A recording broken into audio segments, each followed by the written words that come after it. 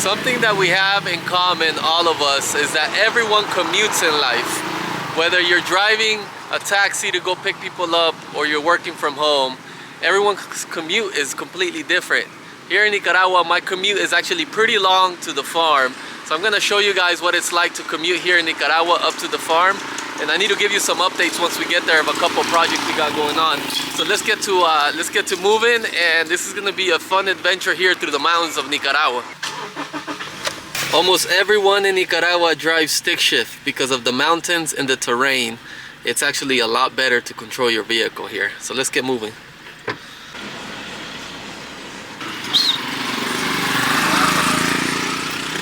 People getting their hair cut here in the morning today. Nice and early at 8 a.m. You gotta look sharp early in the morning, specifically if you got a date or you got an interview, right?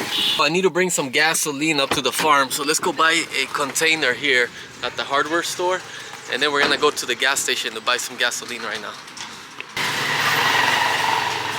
I'm gonna buy one of these right here. This should work.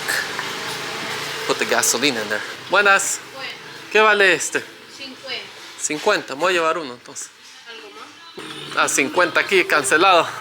Oh, okay. Gracias. All Alright, got the gas tank here. We're gonna go get some gas to bring up to the farm. They need some gas because the weed whackers and the coffee farm are out of gas, and we need to finish cleaning the coffee plantations. So let's go get some gas right now and get going up to the farm.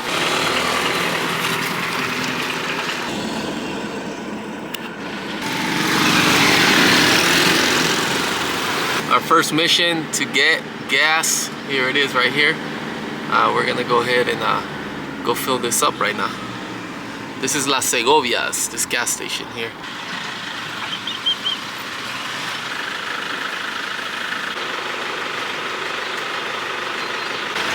Alright, I'm hoping this doesn't spill outside the truck there. If it does, I'm gonna move it to the back, but I really don't have too much to tie that with, so it has to go inside the truck there.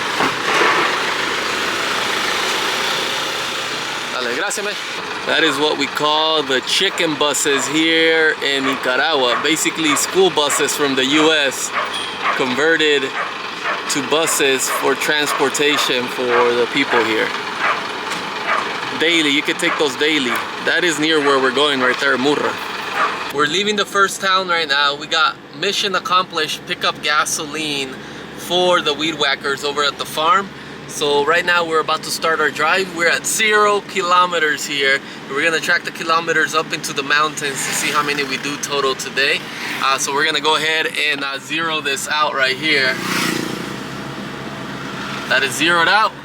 By the time we get to the farm, we'll see how many kilometers we run and what kind of commute this is. So good thing is that there is good weather, so there shouldn't be any mud up to the farm, because when it does get muddy, it delays everything because you have to put your four-wheel drive on and it gets pretty crazy there trying to get into the farm. This is El Salto de Rosario. That is Nicaragua's tallest waterfall, and that is near where we're going right now. Looks like he's doing some repairs there to the bus on the fly. Usually the bus drivers here will have an assistant that helps them bring down luggage and load and unload, and this guy is just doing a repair on the fly with the door open. Man, you gotta love Nicaragua. The stuff you see here is kind of wild sometimes.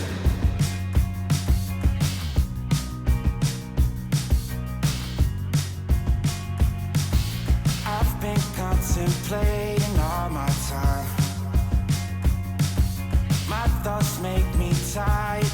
Now, when I was in the States, my commute before used to be 45 minutes. But on the way back from work, it was bumper to bumper traffic. Here in Nicaragua, you may have a long commute, but if you live outside of the capital, which is Managua, your commute is more than likely not gonna have too much traffic bumper to bumper. Now, you are gonna have traffic, but it's gonna be moving, and you're also gonna have obstacles in the way, like dogs, cows, people, so you have to be very careful and alert. But the benefits of this is that you're always moving, and you can pull over to the side anytime you want to do what you need to, whether to brew coffee, go to the bathroom, or whatever, take a phone call. And it's easy to get in and out of the cities and pueblos, or just to buy food and get back on the road. So those are some of the benefits of commuting here. So this commute that I take up to the farm, I just take it slow and enjoy the scenery here. But this is the reason I need to build a cabin though, because it's a little bit of a trek up to the farm. These bridges are dangerous because this guy's coming down, they can't see since they have a blind corner, and then all of a sudden they have to step on their brakes if there's a person on the bridge, since it can only fit one car at a time.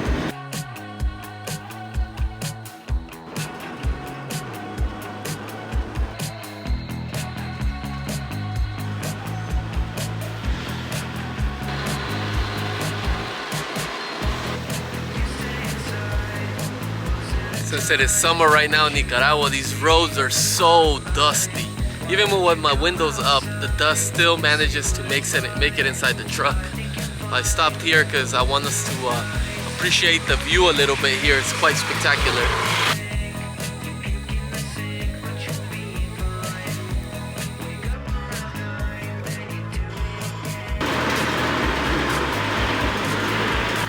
This is officially the entrance of the farm, and right now we are at 85 kilometers. That's how long it took, 85 kilometers to get here. The roads were good, there wasn't a lot of traffic, and thankfully we made it. And now we can go enjoy some coffee, and I can give you guys a tour and an update of the projects that's going on here.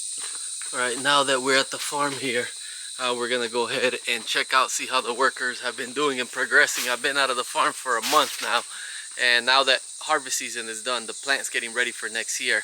But the work at the farm never stops. We always have to continue on either cleaning, pruning, fertilizing. Here we have a coffee plant, and what you see right now is a bunch of dry flowers. So these flowers are actually what's going to be the fruit, the seed for this upcoming year. As you can see the little divots there, and that's what's gonna turn into a coffee cherry. So the plants are getting ready right now, and they're dressing themselves to make sure they turn into coffee cherries here. But it's looking like it's gonna be a really good harvest. On the other side over here, that's where the team is working right now. They're working on cleaning that side of the mountain for all the coffee that's there. They've been at it a few days because it is a lot of weeds that have grown. You can see on the right side over here, that's all clean. So if you look on the right side here, this is where we have a beautiful coffee plant. But then on the left, we have all these weeds that come up. And if you don't tend to these weeds, that means trim them every few months, they will eat the coffee plants. And this will turn into a whole jungle again. So this is what the team has been working on right now, the past month, just cleaning the whole farm.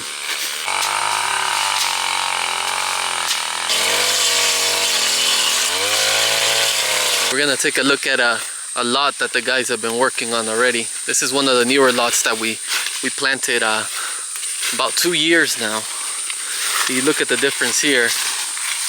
Look at this, look how nice it looks. This is a variety called Parainema. So the coffee plot is looking great. This plant that you're seeing here is actually 1 year and 3 months old. We planted them last year. It was our first time ever doing anything like this on the farm in terms of the scale. It's coming along well. We're expecting not this year, but the following year we're gonna have a harvest. But the key for this plant here is to maintain it clean, give it its food, its fertilizer, and making sure that we give it an environment it can thrive. Cabin update. If you've been following the channel, you know that we're building a cabin out here in the farm because the commute is pretty long. And when we come out here to work, we want to be able to stay a weeks at a time so we can progress more. This right here where I'm sitting is part of the cabin that we're going to be building at. And just to give you a status update, over the past few months we've managed to disassemble the old cabin. We managed to break ground and do all the excavation. And we managed to build these piers so we can go ahead and start building up the cabin. But we've had a problem. The person that built the piers while I was traveling, they did a crappy job. It's actually pretty bad. So the plan is that these piers are gonna serve as a foundation where we're gonna weld here a beam that's gonna go up, and then we're gonna start laying the roof on top. So we have around 15 of these piers, and what he did was he pulled the levels, but when he pulled them incorrectly, and some of them are taller than others, and some of them are loose. I don't know if you can see that in the camera, but that moves actually. So that is not good. Since the roof is going to be attached to there, you don't want that moving. And then some of them are crooked. they're not leveled with the other one in the front. So we're gonna have to go back in and fix that. And it's even worse below over here with some of the piers. As you can see, that one is actually taller than that one over here. So we have quite a bit of stuff that we need to fix. Now, stuff like this happens when building in Central America or Latin American countries. There's a lot of builders that aren't certified. There's really no building code, so you're kind of hiring someone at your own risk. It's not a super huge deal. We can fix it and get past it, but at least now I know in the future not to use them for future work, which is a disappointment because he was actually a good guy, but he couldn't deliver the results that we were looking for, which is a sound pier, so we make sure that the house lasts for many years and decades over here. But we still have a lot of work ahead of us on this. The next phase of this, after we fix the piers, we have to get the welder out here to start welding the metal and putting the roof on the building, and then we'll do floors, and then we'll go everything from there. And this whole progress is going to be documented on this channel here. Lunchtime in the farm, guys. We have to make sure we eat. We have beans from the farm, some eggs, and some plátanos here from the farm. Beautiful day out here. Now that we're done with lunchtime, we're gonna head into the mountain right now to find some bananas and plantain to bring back home so we can eat. And that's the benefit of having a farm, because besides coffee, you can harvest other fruits and vegetables and can produce your own food here. Here we found one right now. We're gonna go ahead and bring down. This one's actually a plantain. Look at the size of that. We're gonna leave it here. We're gonna go a little bit more into the mountains, and then we'll bring it out when we go back out.